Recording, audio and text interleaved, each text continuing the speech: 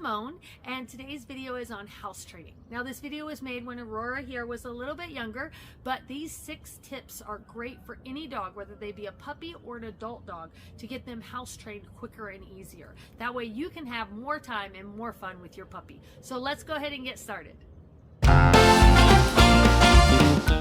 First thing I want to talk about is constant supervision. So when you have a new puppy and they're not housebroken, or maybe you adopted a dog and for some reason it's not housebroken either, you want to use these same tips and tricks for older dogs as in puppies. But the first and most important part of it is supervision.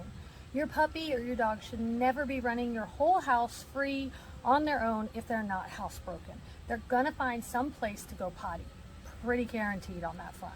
So we want to keep them close. We want to keep an eye on them. And when I say supervision, I mean complete and total supervision, especially when you're talking about a puppy. They're going to be running around and playing. You're going to have the urge to want to grab your phone and get on Facebook and start watching Facebook or watch a TV show or something because they're running around and playing. Don't do that. That's when we have accidents in the house because you're not watching them and you miss their little bitty signs that they have to go potty. What are their signs that they have to go potty? Well, every dog is a little different. For my girl, if she's going to do a number 2, I will see her start sniffing the ground and she moves really fast in this little sniffy, circle-y kind of motion. I know that's my cue that she's going to do a number 2 and I need to get her out now. Number 1, she's not as obvious about. Number 1, she can just be running all of a sudden just stop and squat. That's a puppy mentality. Oh no, I got to go potty all of a sudden. They go potty. Think of it kind of like supervision is like having a 2-year-old, right? You would never leave a 2-year-old alone in a room without supervision. That's the same thing with a puppy. When you're potty training a 2-year-old, they're going to have accidents sometimes because they forget, oh, I'm supposed to ask to go potty, or I'm supposed to go to the bathroom. Puppies do the same thing. They get running and playing and they forget and they're just like, oh, I got to go, and they just go. So we want to keep those from happening. The best way to do that is to keep an eye on them. If you catch them in the act of pottying, you can make a loud sound, grab them, pick them up, and get them outside. Let them finish that potty outside. All right, speaking of accidents, let's say an accident's happened, because accidents are going to happen. You're going to have good days, you're going to have bad days. You're going to have a great time up until, oops, all of a sudden, right? Well, now that the accident has occurred, the first thing you have to remember is do not punish your dog. After the fact, if you didn't catch them in the act, the dog has no idea why it's being punished. All it knows is it and the pee-pee were okay. It, the pee-pee, and you, things got ugly fast. So they don't understand why it happened. So do not punish them. Second off, you need to clean up the spot. And you don't need to clean up the spot just for our noses. You want to clean up the spot for their noses. We all know a dog nose is much better than our nose. So how do we clean it up for their nose? Well, you use an enzyme killing product. There are multiple ones on the market. I'm not going to name any particular one because I'm not out there selling for them. There's no particular one better than another in my opinion. Anyway, just make sure that it is specifically made for doggy urine and poo-poo, okay? That's going to get rid of the smell for their nose as well. Why do we care? Well, we care because if they can smell it, they will think it's a potty. If they think it's a potty, that's where they're going to go potty. That's where a lot of my clients come to me and go, well, he goes to the potty in the same spot every single time. They haven't used an enzyme killing product, and that spot smells like the potty now. The second tip I have is access to water and food. We want to limit that access to water and food.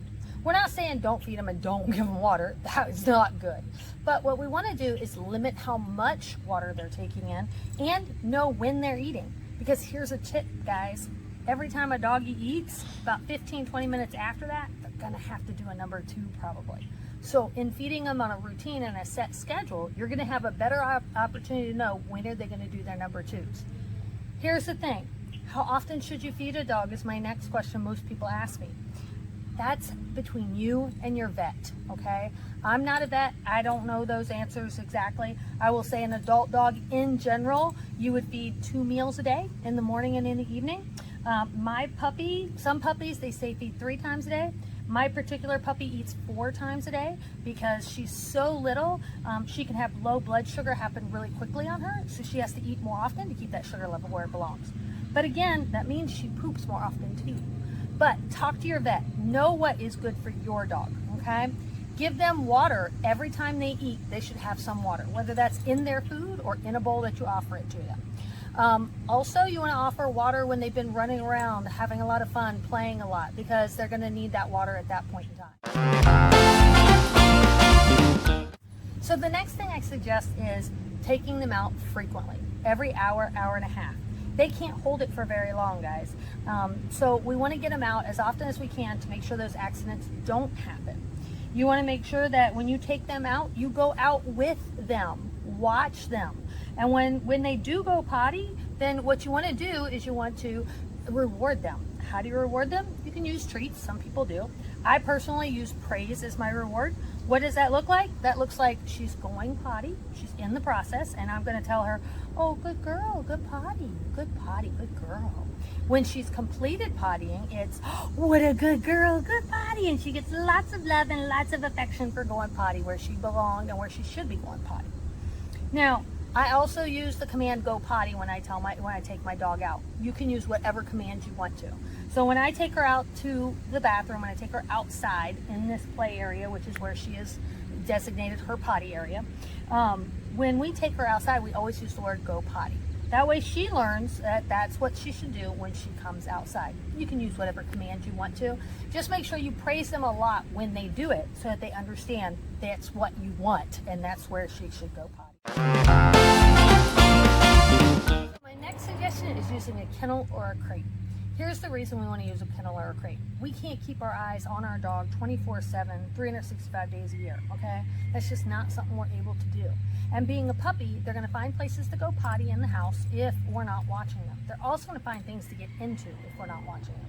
So you want to keep a really close eye on them, and when you can't, put them in a crate or a kennel.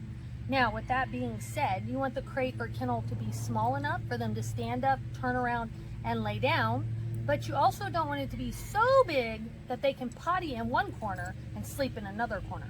Because here's the trick. Here's why kennels and crates work. Most dogs don't want to sleep where they go potty. So if the crate's really big like this play area is, she's going to potty in that corner and come and sleep in this corner. That's not helping us at all. So we want it small enough that if she goes to sleep, she sleeps, and then she doesn't potty at that spot.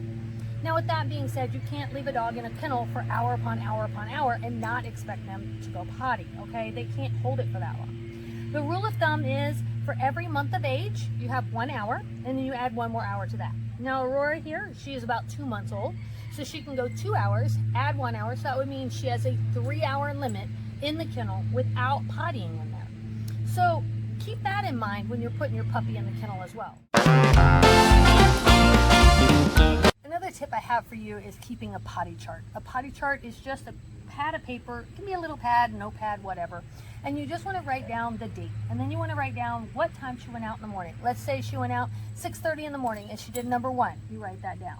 7 in the morning, you feed her. So you write down 8 and drink. 7:30 a.m. You took her out again because it's been 20-30 minutes since she finished eating, and she did a 1 and a 2. But then 8 o'clock comes around and she pottied in her kennel. Well, you can write that down too. And then 9:30 came around, she went out and went potty outside. You keep doing this every time you take her outside, however often that may be. Write down every time she goes potty outside or goes potty inside. Write down when you feed her, when she drinks. And you're going to start noticing a pattern in her life as to when she has to go potty, so you can make sure you get her out at those specific times, and that way you don't miss it.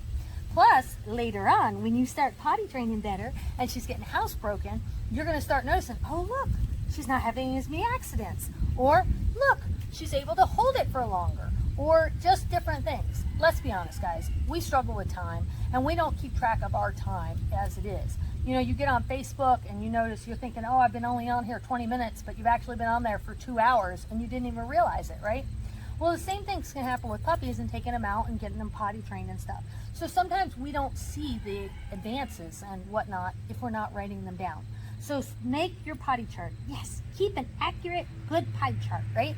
It's going to help you see their successes and be a little bit more confident when things go wrong, because they're going to have accidents, guys. Don't forget that.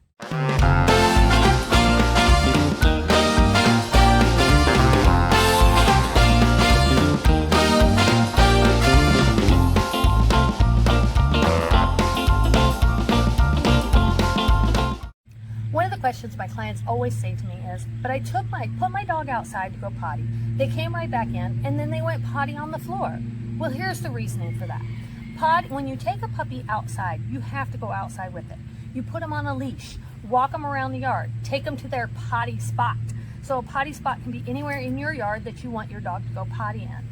Now, once they potty completely, do 1 and 2 if they're expected at that time of the day to do that. Then you bring them in, and they have earned the freedom to roam the house with you watching them. They don't get that freedom if they didn't go potty. If they don't go potty, you bring them in, you put them back in their kennel or their crate for another 15, 20 minutes, and then you take them out and see if they'll go potty again. Once they've gone potty outside, now they've earned the freedom to be allowed to roam the house for a little while you're watching them. So now you guys have been following all my tips and tricks. Things are going great, and you're starting to wonder, well, maybe my dog's housebroken. How will I know if they really are housebroken? Well, keep in mind this process is going to take 2 to 3 months. It could be shorter, it could be longer. It depends on your consistency and your sticking with it, right? But when do you know? What are the signs to know, hey, my puppy is housebroken? Well, one of those big signs is they're not having accidents in the house anymore. They're staying dry all the time. No accidents in the kennel. You're going good. Things are going great for you. Another way you can know is by them going potty on command. So let's say you picked them up, you brought them outside, you put them on the grass, and you said, go potty, and they immediately go potty. That's a sign showing that they're responding to that command of go potty. The third way of knowing whether they're getting housebroken or not is they start asking to go out sometimes. So maybe asking to go out looks like, hey, I run to the door and go, open the door. Or she barks at me, or she sits in front of me and just stares at me. Whatever those signs may be, those are her way of saying, hey, I gotta go out. And that's great, because that's saying she understands I gotta go potty outside and not inside. So these are a few, are you getting tired, girl? These are a few of the ways that you'll know whether your puppy is housebroken or not. I hope this video was helpful to you guys and put each one of these tips into play today so that you can get your puppy housebroken. Please like and subscribe and stick with us because we're going to have more videos coming up soon.